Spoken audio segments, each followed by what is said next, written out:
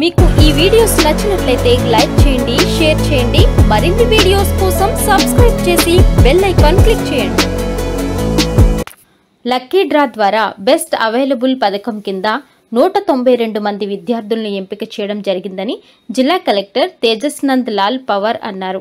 మంగళవారం కలెక్టరేట్ కార్యాలయంలో సమావేశం మందిరంలో షెడ్యూల్ కులాల విద్యార్థులకు 2025-26 విద్యా సంవత్సరంలో బెస్ట్ అవైలబుల్ పథకం కింద వివిధ పాఠశాలల్లో 1వ తరగతి డే స్కాలర్, 5వ తరగతి రెసిడెన్షియల్లో ప్రవేశాలకు మంగళవారం లక్కీ డ్రా నిర్వహించిన కార్యక్రమంలో జిల్లా అదనపు కలెక్టర్ పి రాంబాబుతో కలిసి జిల్లా కలెక్టర్ తేజస్నంద్ లాల్ పవార్ పాల్గొన్నారు.